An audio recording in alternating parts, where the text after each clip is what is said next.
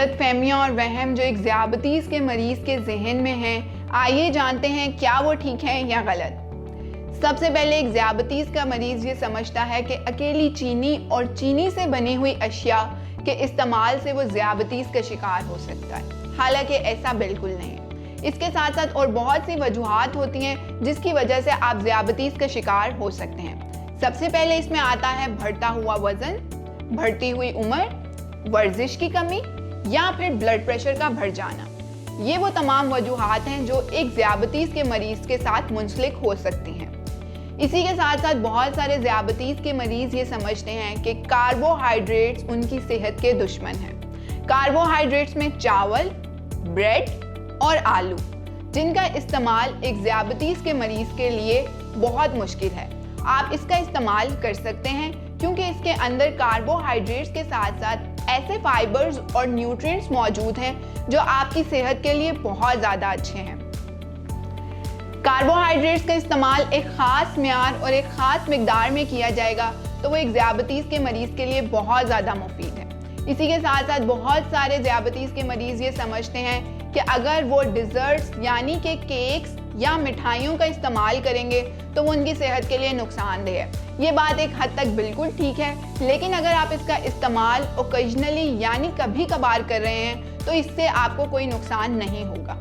इसी के साथ साथ आप इसका इस्तेमाल एक ख़ास मिकदार में करेंगे तो वो आपकी सेहत के लिए बहुत ज़्यादा मुफीद है। बहुत सारे ज़ियाबतीस के मरीज़ ये समझते हैं कि फलों का इस्तेमाल उनके लिए बहुत ज़्यादा नुकसानदेह है क्योंकि फलों के अंदर ऐसी नेचुरल शुगर्स मौजूद हैं जो उनके ब्लड ग्लूकोज लेवल के लिए ठीक नहीं है। आप फलों का इस्तेमाल कर सकते हैं, ये एक बहुत गलत प्रैक्टिस है कि फलों का इस्तेमाल ना किया जाए।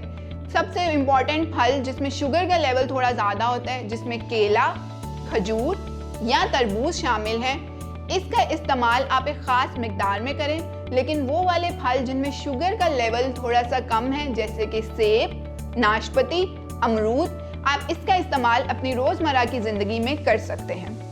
इसी के साथ साथ बहुत सारे ज़ियाबतीस के मरीज़ ये समझते हैं कि अगर वो दवाइयों का इस्तेमाल करेंगे तो इसके साथ परहेज़ ज़रूरी नहीं है। वो किसी किस्म की भी वर्जिश और फिज़िकल एक्टिविटी और डाइट प्लान का इस्तेमाल नहीं करेंगे तो वो सेहतमंद रहेंगे। ये एक बहुत गलत प्रैक्टिस है। अगर आप मेडिकेशंस ले रहे हैं तो उसके साथ एक प्रॉपर मील प्लान और प्रॉपर फिज़िकल एक्टिविटी आपको बहुत ज़्यादा सेहतमंद रखने में मदद कर सकती है।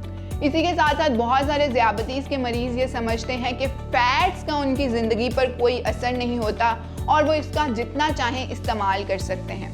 ये एक बहुत गलत प्रैक्टिस है। अगर आप बेतहाशा फ़ैट्स का इस्तेमाल करेंगे तो वो आपको ज़ियाबतीस के साथ साथ डिफरेंट किस्म की बीमारियों का शिकार बना देगी, जैसा कि दिल की बीमारियाँ, कोलेस्ट्रॉल का बढ़ जाना या ब्लड प्रेशर का बढ़ जाना।